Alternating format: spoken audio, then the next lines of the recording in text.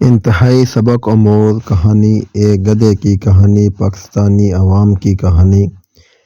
ایک شخص بازار میں صدا لگا رہا تھا، گدھا لے لو، کم قیمت میں گدھا لے لو۔ گدھا انتہائی کمزور اور لاغر قسم کا تھا۔ وہاں سے بادشاہ کا اپنے وزیر کے ساتھ گزر ہوا۔ بادشاہ وزیر کے ساتھ گدھے کے پاس آیا اور پوچھا، کتنے کا بیچ رہے ہو؟ اس نے کہا، عالی جاں 500 دینار کا۔ بادشاہ نے حیران ہوتے ہوئے، اتنا مہنگا گدھا، ایسی کیا خاصیت اس میں ہے؟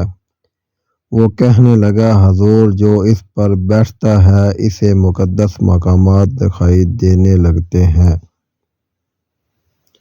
بادشاہ کو یقین نہ آیا اور کہنے لگا، اگر تمہاری بات سچی ہوئی تو ہم اسے 1 لاکھ کا خرید لیں گے، لیکن اگر جھوٹ ہوئی تو تمہارا سر قلم کر دیا جائے گا۔ اور ساتھ ہی وزیر کو کہا کہ اس پر بیٹھو اور بتاؤ کہ کیا دکھتا ہے۔ وزیر بیٹھنے لگا تو گدھے والے نے کہا، یہ کسی گنہگار انسان کو دکھائی نہیں دیتا، یا جو ایک باپ کی اولاد نہ ہو اس کو بھی دکھائی نہیں دے گا۔ وزیر، ہم گنہگار نہیں، نہ حرامی، ہٹو سامنے سے، یہ کہہ کر گدھے پر بیٹھ گیا، لیکن کچھ دکھائی نہ دیا۔ اب سوچنے لگا، اگر سچ کہہ دیا تو بہت بدنامی ہوگی۔ اچانک چلایا، کیا نظارہ ہے مقدس مقامات کا! بادشاہ نے تجسس میں کہا، ہٹو جلدی سے، ہمیں دیکھنے دو، اور خود گدھے پر بیٹھ گیا۔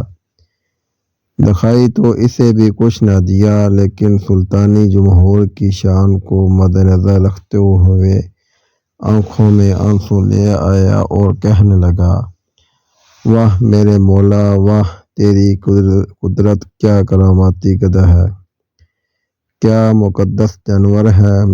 میرا وزیر مجھ جتنا نیک نہیں تھا، اسے صرف چند مقامات دکھائی دیے، مجھے تو ساتھ ساتھ سارے خاص مقامات بھی دکھائی دے رہے ہیں۔ اس کے اترتے ہی عوام ٹوٹ پڑی۔